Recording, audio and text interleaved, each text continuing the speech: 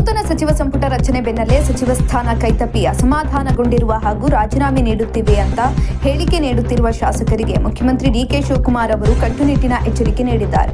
ಪಕ್ಷದ ಶಿಸ್ತು ಮೀರಿ ರಾಜೀನಾಮೆ ನಾಟಕವಾಡುವವರ ವಿರುದ್ಧ ಕಟ್ಟುನಿಟ್ಟಿನ ಕ್ರಮ ಕೈಗೊಳ್ಳುವುದಾಗಿ ಬೆಂಗಳೂರಿನಲ್ಲಿ ತಿಳಿಸಿದ್ದಾರೆ. ಸಚಿವ ಸ್ಥಾನ ಸಿಗಲಿಲ್ಲ ಎಂಬ ಕಾರಣಕ್ಕೆ ಯಾರಾದರೂ ರಾಜೀನಾಮೆ ನೀಡಲು ಬಂದ್ರೆ ಕಿಂಚಿತ್ತೂ ವಿಳಂಬ ಮಾಡದೆ ಕ್ಷಣಾರ್ಧದಲ್ಲಿ ಅವರ ರಾಜೀನಾಮೆಯನ್ನು ಅಂಗೀಕರಿಸಲಾಗುವುದು ಅಂತ ಸಿಎಂ ಹೇಳಿದ್ದಾರೆ. ಸರ್ಕಾರ ಅಥವಾ ಪಕ್ಷಕ್ಕೆ ರಾಜೀನಾಮೆ ಬೆದರಿಕೆ ಒಡ್ಡುವ ಮೂಲಕ ಒತ್ತಡ ಹೇರಲು ಯತ್ನಿಸುವವರ ತಂತ್ರಗಳಿಗೆ ಹೈಕಮಾಂಡ್ ಅಥವಾ ಸರ್ಕಾರ ಯಾವುದೇ ಕಾರಣಕ್ಕೂ ಮಣಿಯುವುದಿಲ್ಲ ಅಂತ ಸ್ಪಷ್ಟಪಡಿಸಿದ್ದಾರೆ. ಕಾಂಗ್ರೆಸ್ ದೊಡ್ಡ ಪಕ್ಷವಾಗಿದ್ದು ಎಲ್ಲರಿಗೂ ಒಂದೇ ಬಾರಿಗೆ ಅವಕಾಶ ನೀಡಲು ಸಾಧ್ಯವಿಲ್ಲ. ಹಿರಿಯರು ಹಾಗೂ ಆಕಾಂಕ್ಷಿಗಳು ತಾಳ್ಮೆಯಿಂದಿರಬೇಕು. ಪಕ್ಷದ ನಿಯಮ ಮತ್ತು ಶಿಸ್ತನ್ನ ಮೀರಿ ನಡೆಯುವವರನ್ನ ಸಹಿಸೋದಿಲ್ಲ ಅಂತ ಸಿಎಂ ಖಡಕ್ ಆಗಿ ಎಚ್ಚರಿಸಿದ್ದಾರೆ.